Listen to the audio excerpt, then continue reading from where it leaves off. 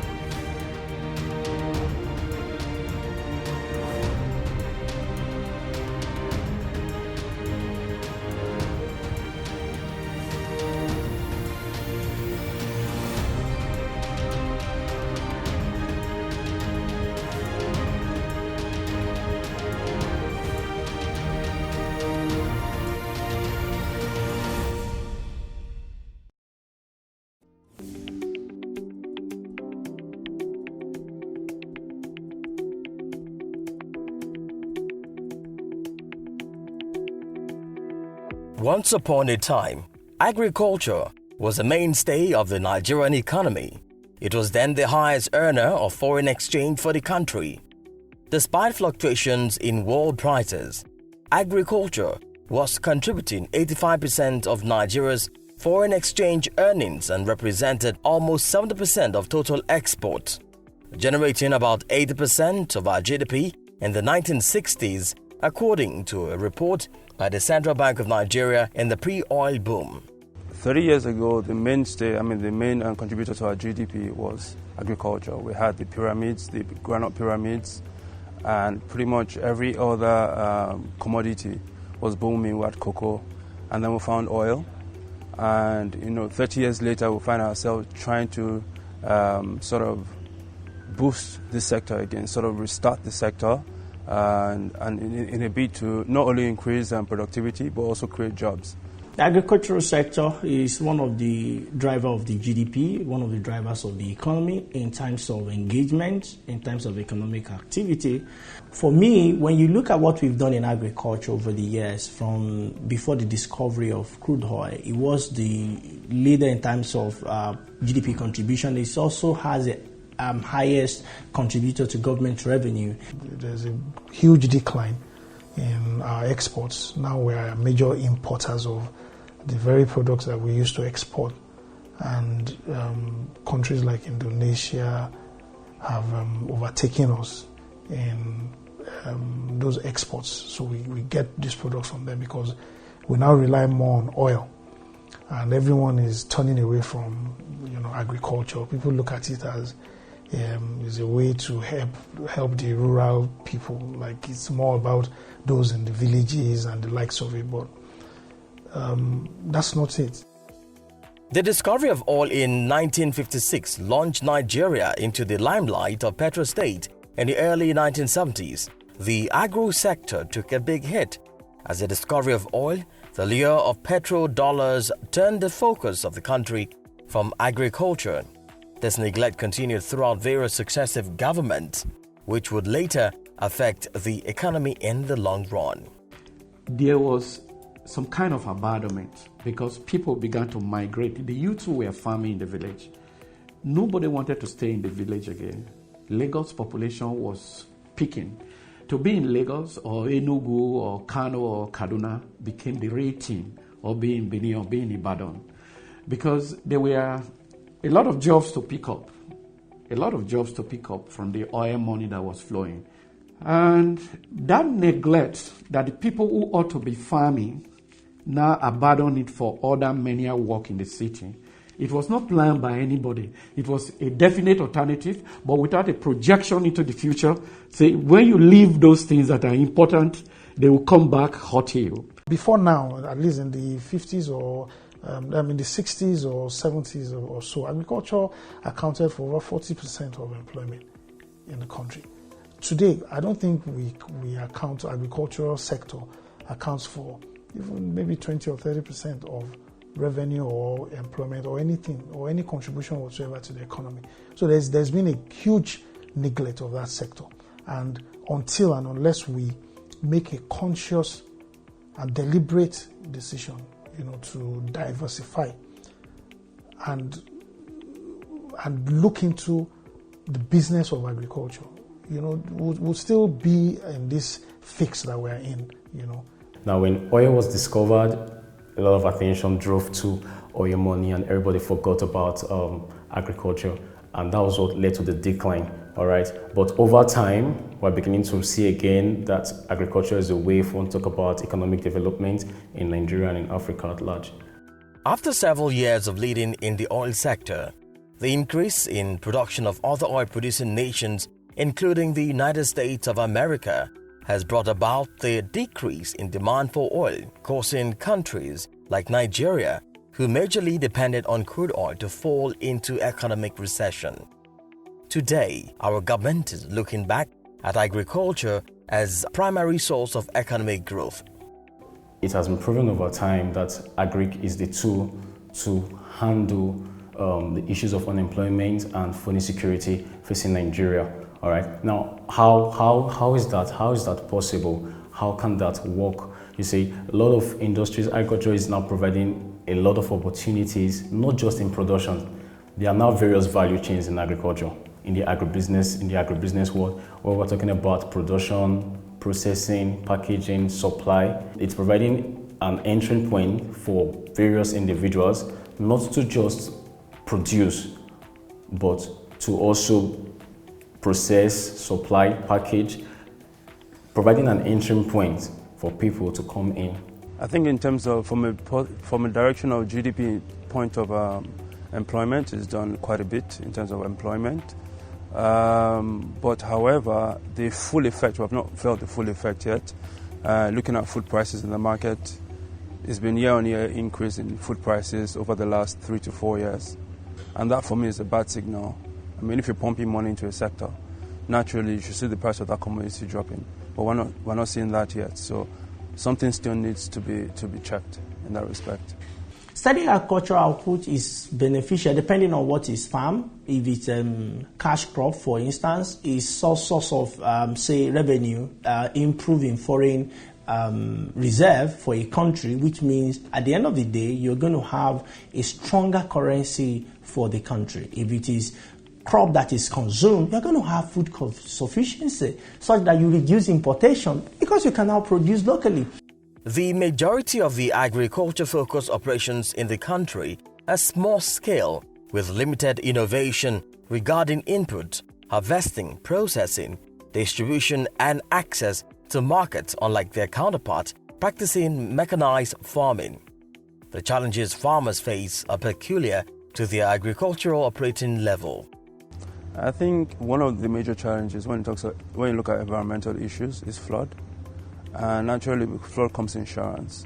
We're still developing that sector here, especially in an area that is flood prone.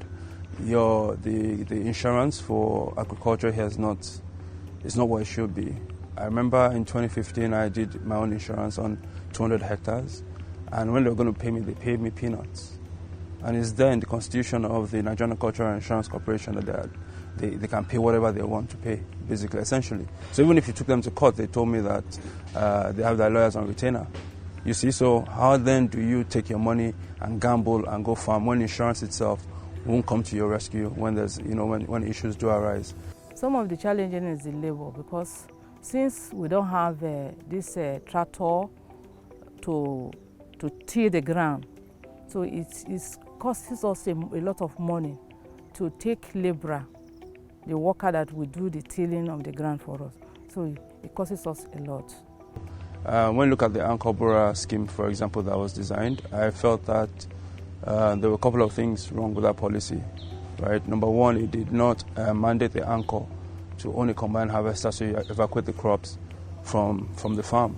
Right? Because once a subsistence farmer gets a hold of his crop, he won't give it to you. And then you have a predetermined price, which means a price you agreed before. When current market price is higher, he also doesn't want to sell to you anymore, so he's going to sell at a higher price. So you have issues there.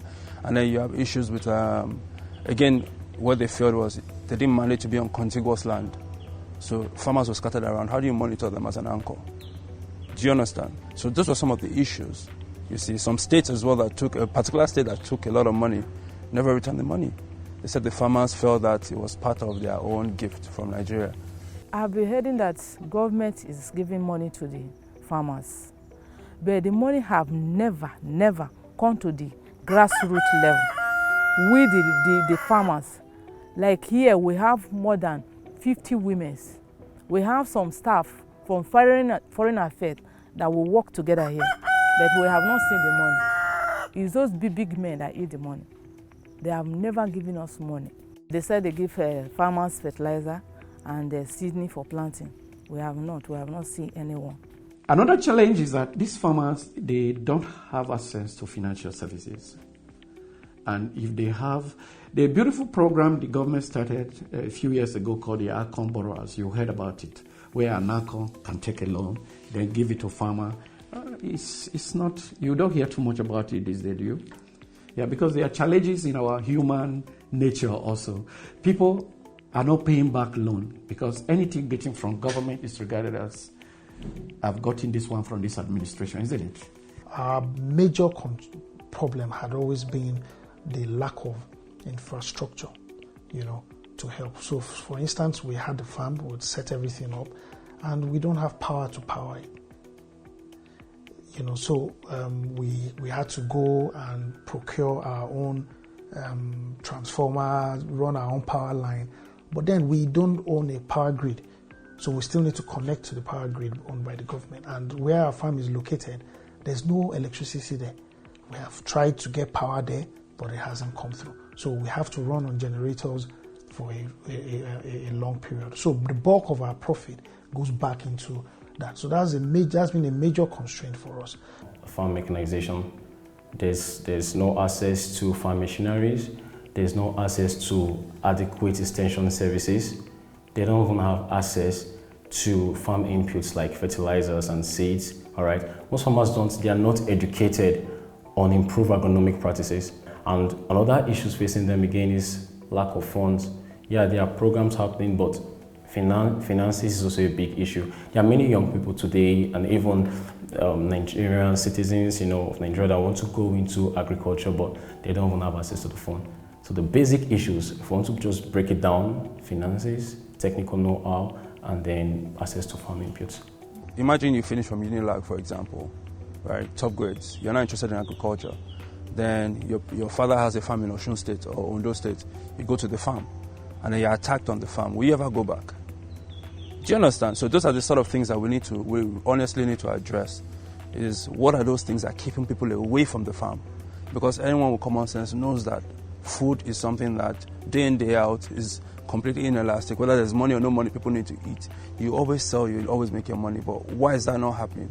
Let's begin to look at those issues. Do you understand? And address them. Because naturally, I think people have found out that it's cool now to say I'm a farmer. But there's no point if you farm today, farm tomorrow, and then the third day you can't farm. That's been my own experience.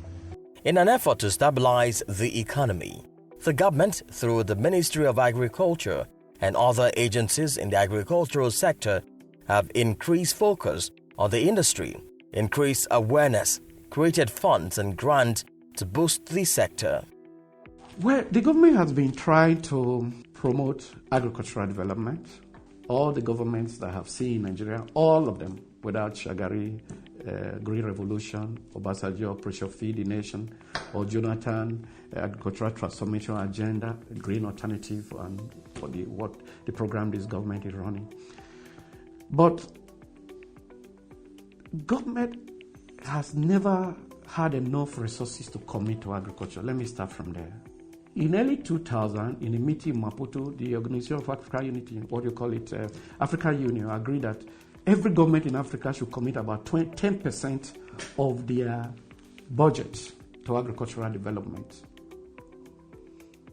In Nigeria, the best we have ever got during Jonathan was about 5%. Now it's about 2.something% of our GDP that we're investing in agriculture.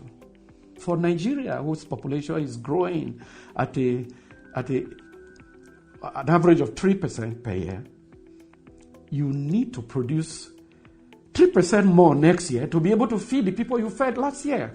Because your population, if it's growing more than your agricultural growth, that is growing sluggishly, less than 2% now, you will not be able to feed the people. What I think government should do, which of course we've put in print media and also made available to several successive governments, we hope that government picks it up, is to to consider agriculture beyond having farmers or encouraging individuals to go and farm. It has not worked anywhere. From Brazil to Australia to Germany, it has never worked. I cannot say that Nigerian youth are lazy. Farms are there. Look at arable land. Just go to farm and plant. No education. It's unstructured. It will not work. While I can say the government did a great job in terms of these policies or the intervention plans, it's implementation that has issues. Even with the anchor borrower scheme, do you understand where they're supposed to supply fertilizer, seeds to the farmers? The suppliers that are mandated by the CBN were also supplying substandard products as a bid to increase their profitability. So more often than not, it's not just the intervention plan or the policy that is bad, it's the implementation. I think government needs to focus a bit more on this so that the full effect can be felt. There are a lot of policies already on ground, and one thing the government can do is to see that those policies are effectively implemented, all right? And they should be targeted directly to the farmers. There are some farmers today, they are not aware that maybe there's a scheme that gives free seeds, or there's a scheme that there's a policy for them to have credit facilities and all that. It hasn't really gotten down to the grassroots level like that. And another very important thing that we need to understand is that the farming population in Nigeria is aging, all right? Average age of a farmer right now is 60 or above, all right? And we have a lot of young people. Imagine what will happen when these people age and they die, all right? There are not going to be any replacement. So one thing the government can do right now is to harness the treasure we have in youth. Given the current economic situation bearing down heavily on the citizens, especially the ever-increasing youth population, effort to drive youth involvement in agriculture has become a dire necessity, requiring strategically formulated, implemented, and evaluated measures geared towards ensuring sustainability and job creation. A lot of opportunity for jobs to be created within the agri sector. When you look at the value chain, there are a lot of jobs to be created. The first thing we look at is, for you to farm, you need land. So from the point of clearing, are you using technology to clear, or machinery, or you are using manual labor to clear? You see job in that regards. And if you want to plant, are you using machine? Somebody will operate the machine you're using, or you are using manual. Job is created. When it comes to also ensuring that the place is properly irrigated, whether you use machine, someone will operate it, or you are using manual, you still have job creation in that regards. Now, it is not agri will not create job, but volume. The victory is in the numbers. Winners will be those who can multiply results over and over and over again and do it as if they are breathing in and out. So agri, one person can farm, he has employed himself, but the bigger the size of farm, the more and more people you can get in, other things being equal. It's a whole value chain of business, from production till when it gets to the exchange of currency, right? So at each of these stages, people can get employed, So from the farming, there are people that are going to work on the farms, from those who go around marketing the products, those who package the products, those who sell the products, right? Those who account for the products, and then those who procure for another whole cycle again. So it's a whole value chain of creating jobs in that sector. So yes, I believe that agriculture can help solve the issue of unemployment in the country. The reason why most young people don't want to go into agri yet, because the machineries, the farm mechanization basically is not a popular idea right now with the rural farmers and the farming communities. I think that the largest employer of labor you can have, if we're planned, will be agriculture. And if agriculture is not employing directly, the sector that we take over, agri output, we employ more people. Of course, the driver for that employment would have also been influenced by agriculture within the value chain, because before the food gets to the table, before you eat bread, which of course would have gone through the process of farming, wheat becomes flour, is processed, it goes to the bakery, and it becomes bread that we consume at the end of the day. We cannot overemphasize. We have a lot of unemployment figure, about 23.1% according to the National Bureau of Statistics. Young people, youth unemployment will interest you.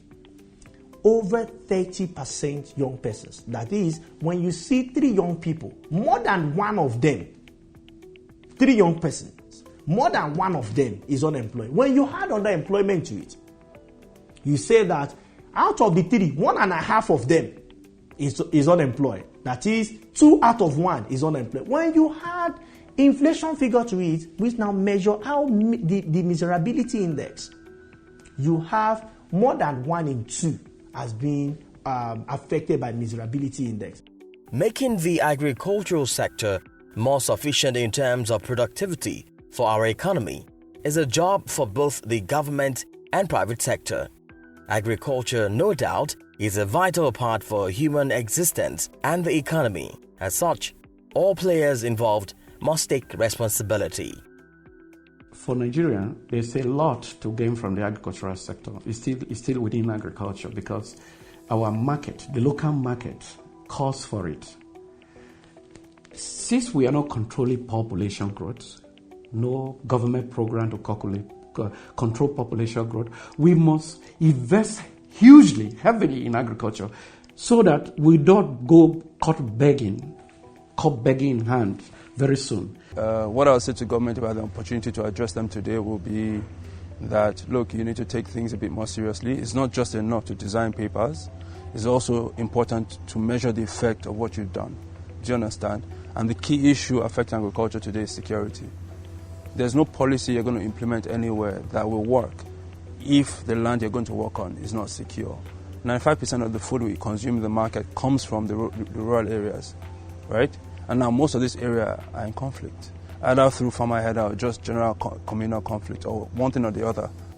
First of all, I want to say, just the way we say it in IITA, that agriculture is the future, but agriculture is now.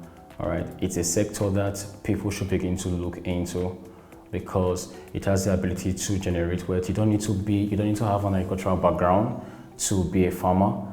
You don't have to own a land to be a farmer, to be an agribusiness person. All right, the value chains is there. You could decide to occupy the production. You could decide to occupy the supply value chain.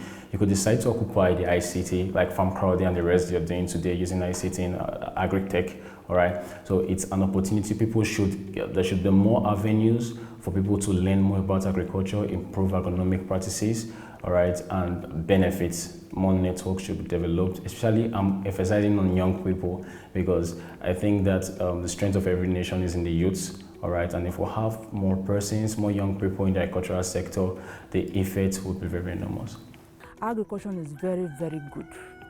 When you are in the farm, you see this oxygen we breathe here, we breathe fresh oxygen. For example, my husband works in the office. Every day he will complain. He has malaria, he has typhoid. But me, I'm in the farm from morning till night every day. I doesn't feel sick. But they that go to office with collar job, they are the one that have typhoid, have malaria. That one is very, very necessary, very important. All our crops that we eat fresh one, not the preservation. When you come to the farm like this, anything you plant, you have your free beans, free yam, everything is fresh, not the canned food, which is very, very dangerous to the health.